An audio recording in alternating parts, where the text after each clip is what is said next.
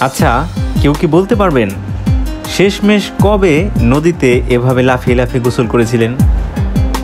হয়তো মনে নেই, আর মনে না থাকাটাই স্বাভাবিক। কেননা নদী থাকলেও নেই সে আগের মতো নদীর ঘাট, গ্রামে হোক বা বড় নদীতেই হোক। তো যেখানে আমরা বিকেল হলে ছুটে চলতাম খেলাধুলা করার জন্যে, কাদামাটি দিয়ে খেলা করার পর নদীর স্বচ্ছ পানিতে লাফিয়ে লাফিয়ে এভাবে গোসল করতাম। তখন ছিল না কোনো কম্পিউটার বা মোবাইলের মতো বিপজ্জনক এমন ভয়ানক জিনিস। সেই সময়টাতে প্রকৃতি ছিল আমাদের একমাত্র বন্ধু।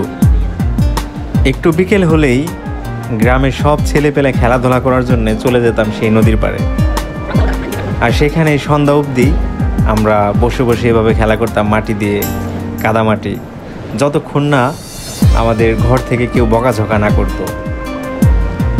তো সেই ছেলেবেলার সময়গুলো আজ শুধু স্মৃতির পাতায় বন্দী। জীবিকার তাগিদে যে যার মতো দেশ বিদেশ ছুটে চলেছি আমরা।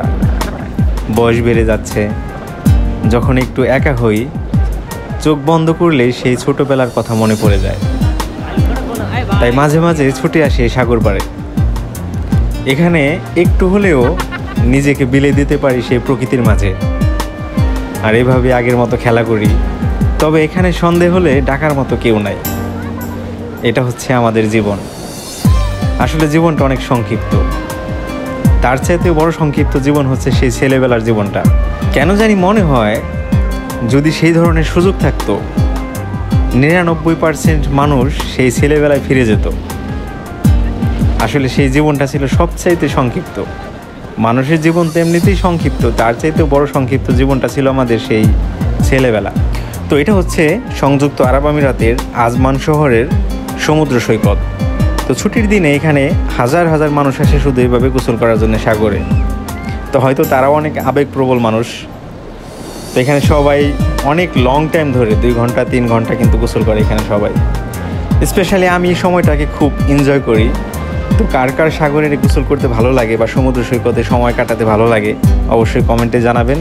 আর ভিডিও ভালো লাগলে অবশ্যই লাইক কমেন্ট করে জানাবেন, কারণ ইউটিউবে ভিডিও আপলোড করলে হয়তো 1000টা ভিউজ আসতে পারে, তবে কেউ যদি উৎসাহ না করে তো সেক্ষেত্রে হয়তো কেউ সামনে আগাতে পারে না।